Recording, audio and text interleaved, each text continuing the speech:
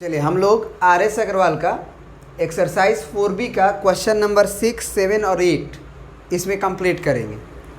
ठीक है ना। तो जिसमें क्वेश्चन नंबर 6 है वो क्या कह रहा है कि draw the graph of the equation 3x + 2y = 6, find the coordinates of the point where the graph cut y axis. सबसे पहले हमको क्या करना है कि draw the graph of the equation 3x + 2y = 6। तो कोई भी चीज़ का ग्राफ बनाना होता है तो हमको क्या चीज़ की ज़रूरत पड़ती है, एक बॉक्स की, जिसमें हमको कम से कम 2 पॉइंट चाहिए होता है ना। तो एक काम करते हैं, यहाँ से हमको दिया हुआ है 3x + 2y = 6। तो यहाँ से y का value in the terms of x निकाल लेते हैं, या फिर x का भी निकाल सकते हैं। तो x को अगर निकालना होगा तो हमको 3 से डिवाइड करना होगा, जबकि y का वैल्यू निकालना होगा तो हमको 2 से डिवाइड करना होगा। तो 2 से डिवाइड करना ज़्यादा अच्छा है, तो इसीलिए हम क्या करेंगे कि 3x को उधर भेज देंगे। तो 2y = 6 - 3x। पहले y का वैल्यू निकाल लेंगे, अब ये 2 को डिवाइड में भेज देंगे, 6 - 3x / 2। ये y का वैल्यू हो गया। अब इसमें क्या करना होता है कि ये तो ग्राफ का नाम हो गया, मान के चलो 3x + 2y = 6, या इसी में आप ये नाम भर दो, चाहे y बराबर ये लिख दो जो आया हुआ है, 6 - 3x / 2। दोनों में से कोई भी भर सकते हो, बोथ विल बी सेम। अब करना क्या है कि बारी बारी से तुमको यहाँ पे x भरना है और यहाँ पे y भरना है। ठीक है ना। कम से कम 2 पॉइंट चाहिए होता है ग्राफ पे, लेकिन हम नॉर्मली क्या बोलते हैं बच्चों से कि तीन ठो पॉइंट बनाया करो, 3 ठो। तो चलो सबसे पहले तो x का वैल्यू 0 रख दो। तो x का वैल्यू 0 रखोगे तो y का वैल्यू क्या मिल जाएगा, हमें 3 मिलेगा ना। x का वैल्यू 0 तो ये गायब हो जाएगा, अपने से पुट किया जाता है। x का जो वैल्यू पुट करोगे उसके अकॉर्डिंग y निकलेगा। तो x = 0 पुट किए तो y बराबर क्या आ जाएगा, तो y बराबर है 6 - 3 × 0, क्योंकि x का वैल्यू 0 है, /2। तो ये 0 हो जाएगा, तो 6/2 मिल के क्या बन जाएगा, 3। उसी तरह से अगर x का वैल्यू मान लो 1 निकाले, x का वैल्यू मान लो 1 पुट किए, तो x का वैल्यू अगर 1 पुट करोगे तो यहाँ से y का वैल्यू कितना आएगा ज़रा बता दो। तो y का वैल्यू आएगा 6 - 3 × 1 / 2। तो ये 6 - 3 हो जाएगा और वो घट के आ जाएगा 3/2, यानी वैल्यू आया 1.5। तो 1.5 वाला वैल्यू से हम बचना चाहते हैं जनरली, क्योंकि ग्राफ पेपर पे 1.5 ढूंढना मुश्किल है। वैसे ज़्यादा मुश्किल नहीं है, 2 जो मोटी मोटी लाइन होती है ना ग्राफ की, उसके बीच में 0.5 होता है, याद रखना, तो वो बना सकते हैं। लेकिन अगर कभी 1.53 आ जाए या 1.52 आ जाए तो दिक्कत हो जाती है। इसीलिए हम अवॉइड करते हैं ऐसे पॉइंट्स को जो पॉइंट में आता हो, क्योंकि हमारे पास ऑप्शन है ना, हम x का वैल्यू कुछ भी रख सकते हैं और y का वैल्यू निकाल सकते हैं, तो इसे हम अवॉइड भी कर सकते हैं। तो जैसे मान लो हम x = 1 और ये y का वैल्यू नहीं ले रहे हैं, वैसे लेंगे चल जाएगा, क्योंकि 2 मोटी लाइन के बीच में एक पतली सी लाइन जो होती है उसमें हम लोग 0.5 मान लेते हैं। तो 1 और 2 के बीच में जैसे हमारा ही ग्राफ है ये, मान लीजिए, तो ये मान लीजिए 1 लाइन हो गया और ये मान लो 2 लाइन हो गया, तो इसके ठीक बीच में हमारा 1.5 मिल जाएगा। लेकिन हमारे पास ऑप्शन है, हम निकाल सकते हैं, तो हम क्यों नहीं x का वैल्यू दूसरा ही कुछ पुट कर लें। जैसे x का वैल्यू हम 2 पुट कर लेते हैं।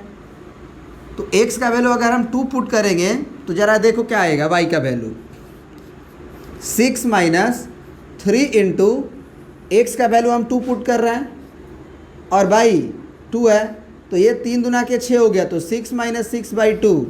तो y का वैल्यू क्या आ गया जी, 0 आ गया, क्योंकि 0/2 0 होता है। तो इस तरह से हम y का वैल्यू 0 पाए यदि x का वैल्यू हम 2 रखे हैं, है ना। ये वैल्यू अगर लिखना चाहते हो लिख लो, वैसे नहीं भी लिखोगे तो हमारा ग्राफ बन जाएगा। तो सबसे पहले जब हम ग्राफ बनाने जाएंगे तो ये हमारा 1 हो गया, ये हमारा 2 हो गया, ये हमारा 3 हो गया, है ना। 1.5 को अवॉइड करो, 1 हो गया, 2 हो गया, 3 हो गया, ये आपका -1 -2 इक्वल इक्वल डिस्टेंस पे है ना, इक्वल इक्वल डिस्टेंस पे लेना है।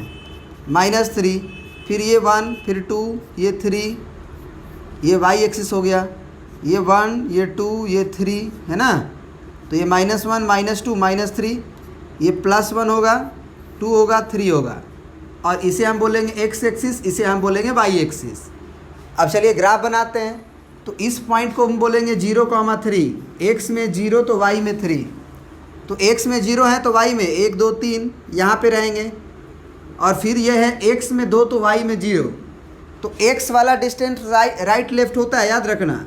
x में 2 चलो और y में मत चलो, क्योंकि y में वो बोला है 0 चलना, तो ऊपर नीचे वाली डिस्टेंस नहीं चलना है। तो ये पॉइंट हो गया। अब ये पॉइंट को ज्वाइन कर दो, ये पॉइंट को ज्वाइन करने के बाद आगे पीछे बढ़ा दो, और इसके ऊपर नाम लिख दो कि ये नाम जो है, ये ग्राफ जो है वो 3x + 2y = 6 का बनाया हो। तो ग्राफ ही केवल नहीं बनाना था, इसमें ग्राफ बनाने के बाद बोल रहा था कि find the coordinate of the point where the graph cuts y axis. y axis को जहाँ कट कर रहा है उसका वैल्यू भी निकालो, कोऑर्डिनेट निकालो, कोऑर्डिनेट। तो कोऑर्डिनेट में आपको मालूम होगा कि कोऑर्डिनेट में x और y दोनों होता है, माने a और b दोनों बताना पड़ता है, x में कितना चले है, y में कितना चले है। तो ज़रा सोचो कि अगर y एक्सिस को वो कट करेगा, y एक्सिस हमारा यही है, तो अगर यहाँ पे कट करेगा तो ऑब्वियस सी बात है कि x कोऑर्डिनेट तो 0 होगा। वैसे भी तुम ये पॉइंट निकाले हुए हो 0,3, x में 0 y में 3। तो अगर मान लो ये पॉइंट बाय द वे तुम नहीं लिए होते, जैसे x = 0 y = 3, तो मान लो कहीं दूसरा जगह होता, तो हम ऐसे सोचते कि हमारा ग्राफ जो है वो y एक्सिस पे कितना इंटरसेक्ट कर रहा है। तो y एक्सिस पे इंटरसेक्ट करेगा तो तुम बताओ वहाँ पे पक्का x = 0 होगा कि नहीं होगा? होगा ना, बोलो। और पक्का अगर x = 0 होगा तो ये ग्राफ के नाम में तुम x = 0 रख लो, तो y बराबर क्या हो जाएगा 6 माइनस, जैसे ही 0 रखेंगे 3 × 0 हो जाएगा /2, तो y बराबर हो जाएगा 6 - 0/2, यानी कि y का वैल्यू 2 × 6, तो निश्चित रूप से उसका y कोऑर्डिनेट 3 हो जाएगा। तो इस तरह से जो है y एक्सिस का जो कोऑर्डिनेट पूछ रहा था वो आंसर हो जाएगा 0,3।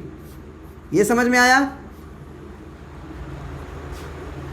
वही अगर हम पूछे इसी क्वेश्चन में कि बताओ ये लाइन x एक्सिस को जहाँ इंटरसेक्ट कर रहा है, कट कर रहा है, कट द x एक्सिस, वहाँ का कोऑर्डिनेट बताओ तुम,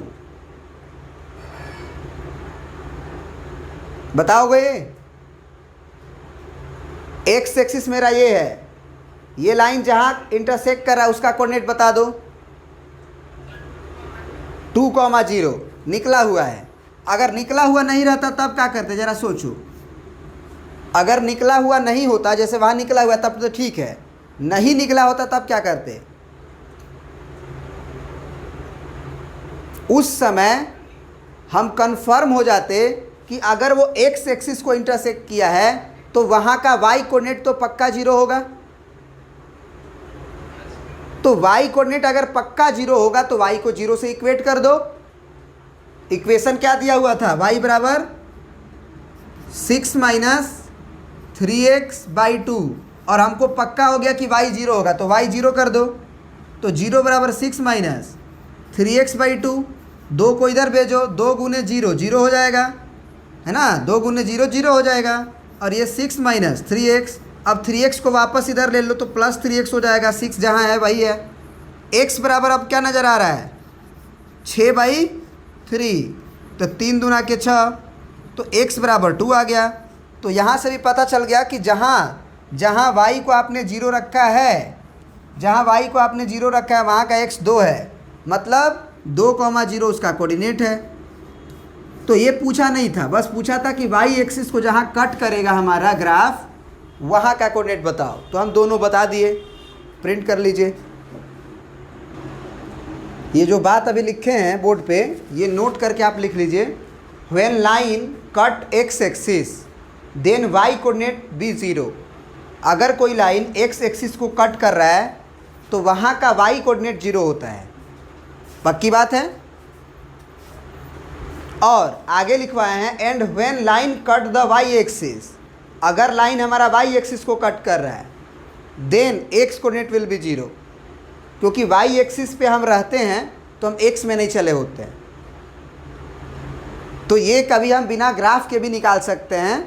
ये बात को याद रखिएगा कि अगर हमको वाई एक्सिस पे इंटरसेक्शन वाला पॉइंट निकालना है तो उस ग्राफ का जो इक्वेशन है उसमें हम लोग क्या कर देंगे, x बराबर 0 डाल देंगे तो वहाँ का वाई कोऑर्डिनेट निकल जाएगा।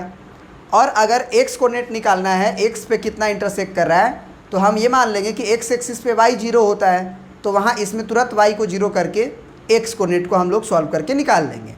तो ये बात बहुत महत्वपूर्ण था कि लाइन जहाँ x एक्सिस को इंटरसेक्ट करता है वहाँ y कोऑर्डिनेट 0 होता है, और जहाँ y कोऑर्डिनेट को इंटरसेक्ट करता है वहाँ x कोऑर्डिनेट 0 होता है। तो ये नोट करके लिख लीजिएगा आप लोग।